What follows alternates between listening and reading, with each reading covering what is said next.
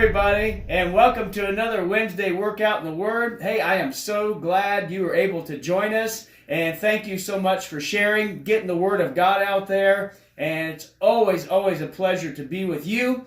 Today I am in somewhere just a little bit different, and you probably don't know where I'm at, but I'm going to go ahead and tell you. I am in our basement, and our house is over 100 years old. And this part of the foundation is one of the original parts of it. And it's made out of rocks.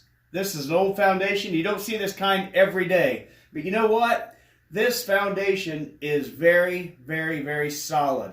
And they knew what they were doing because they took the rocks that were solid. They used the mortar that is solid because they knew that the house had to sit on a solid foundation. And you know, I was thinking about this is our lives need to also be on a solid foundation. Jesus told this story in Matthew chapter 7 about foundations and the foundations of our life.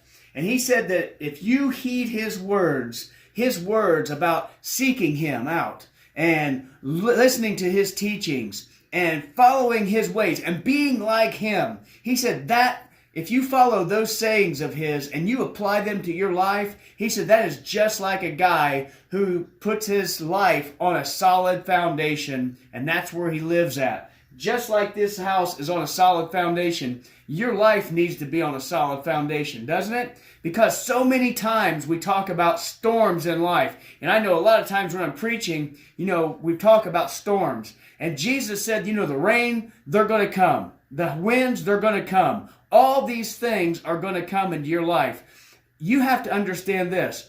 Your house needs to be built on a solid foundation because you are going to encounter storms in your life. Are you going to have trouble with your job? Sometimes you will. Are you going to have trouble with relationships, either your family or friends? Absolutely. Sometimes you will.